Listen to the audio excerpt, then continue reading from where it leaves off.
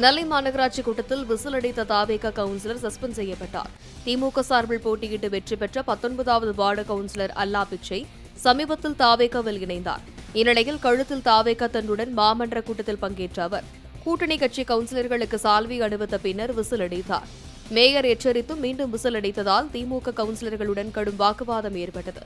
ஒரு கட்டத்தில் அவரை நோக்கி தண்ணீர் பாட்டிலும் வீசப்பட்டது. இதையடுத்து அவை மாண்பை குறைக்கும் வகையில் செயல்பட்டதாக கூறி கவுன்சிலர் அல்லா பிச்சையை 2 கூட்டங்களில் பங்கேற்க மேயர் ராமகிருஷ்ணன் தடை விதித்தார்.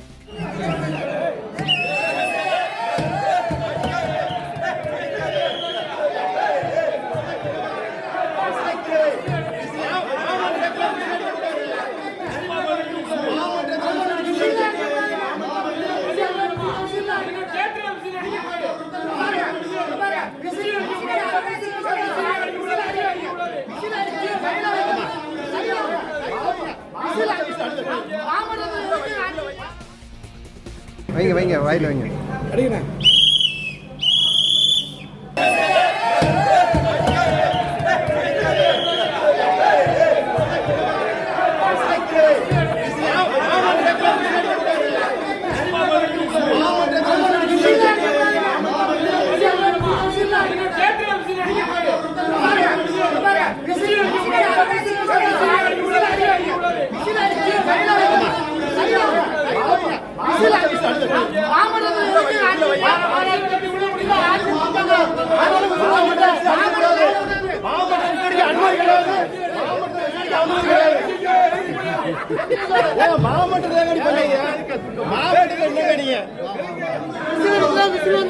மாமன்றத்தில் விசிலடிக்க அனுமதி கிடையாது.